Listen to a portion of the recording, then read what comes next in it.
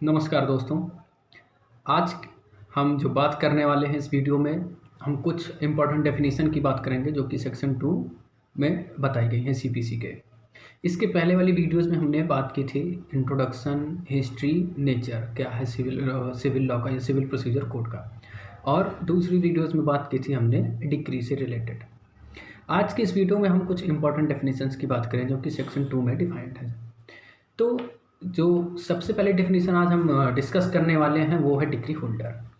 जो degree holder है आपका सेक्शन 2 क्लॉज 3 में डिफाइंड है।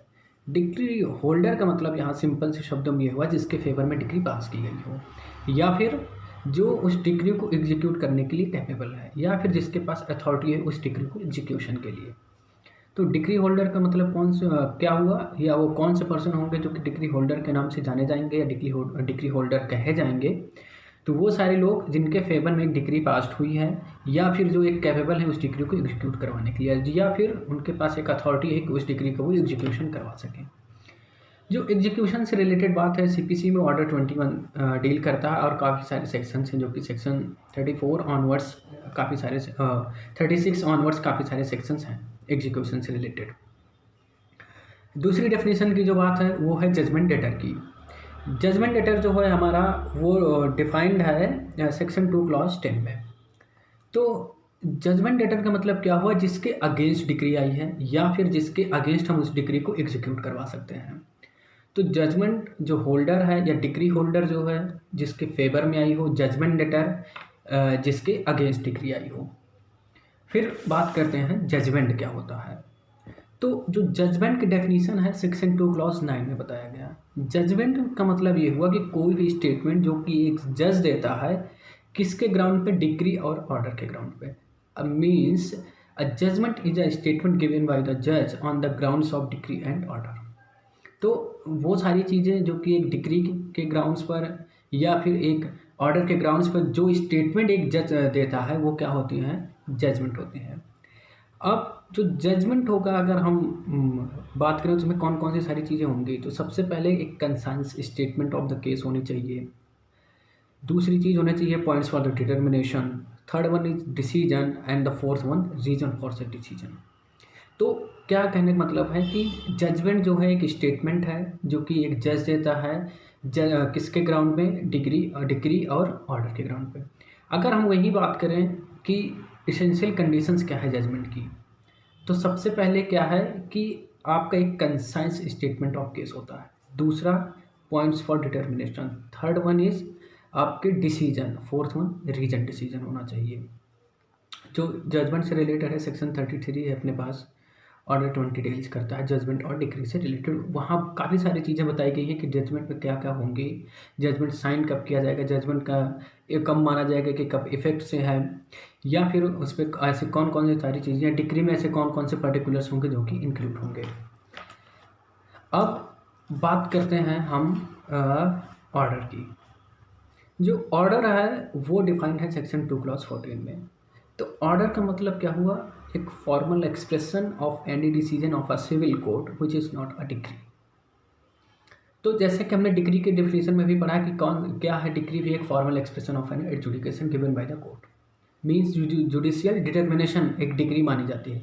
यहाँ ऑर्डर भी क्या बोल रहा है, ऑर्डर भी ये कह रहा है कि एक फॉर्मल एक्सप्रेशन है किसी भी डिसीजन का जो कि एक सिविल कोड के द्वारा दिया जाता है और वो डिग्री नहीं होती है। ये बातें रही। तो अब सवाल ये आता है हमारे सामने कि फिर डिग्री और ऑर्डर में क्या डिफरेंस है।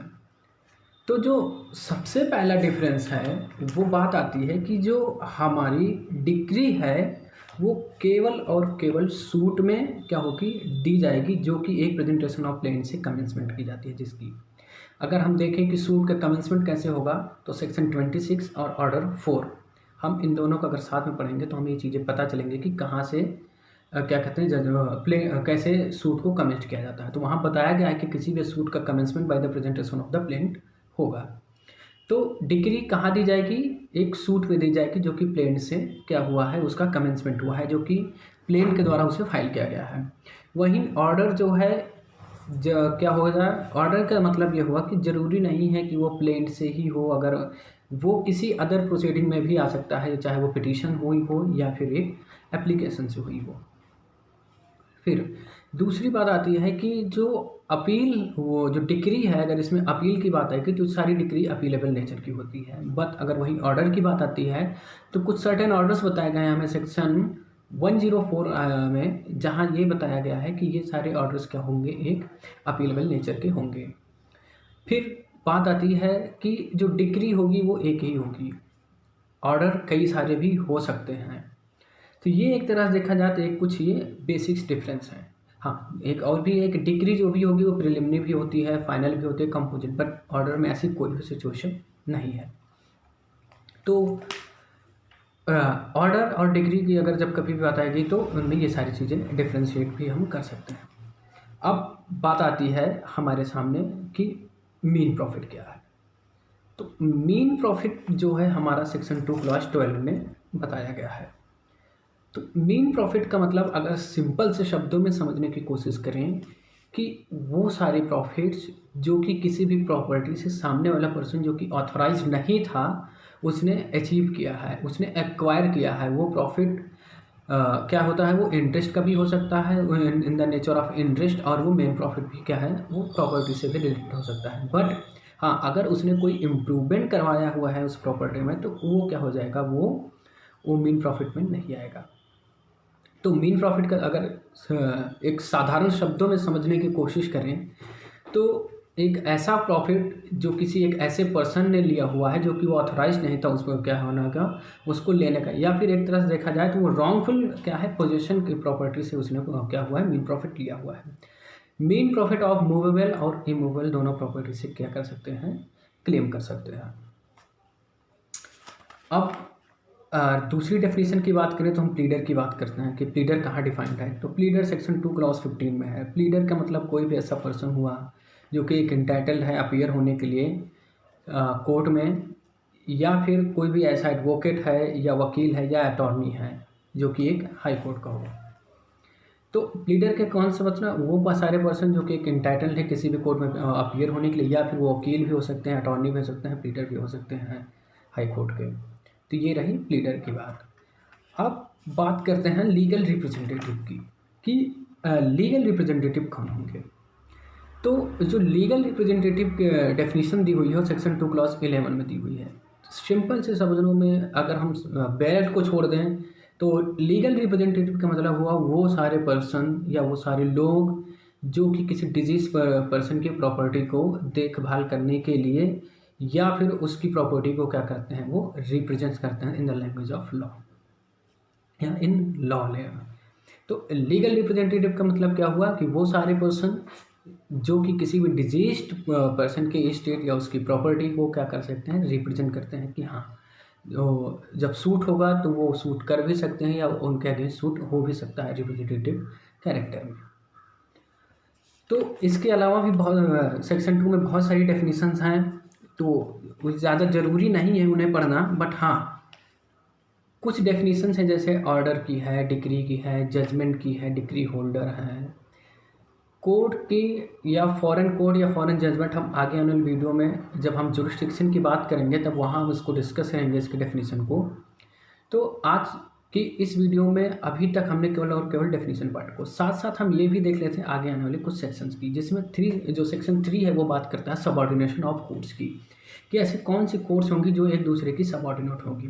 तो जो ये बताया गया सेक्शन 3 में कि डिस्ट्रिक्ट कोर्ट जो भी होगी वो एक किसकी सबऑर्डिनेट होगी, हाई कोर्ट की होगी।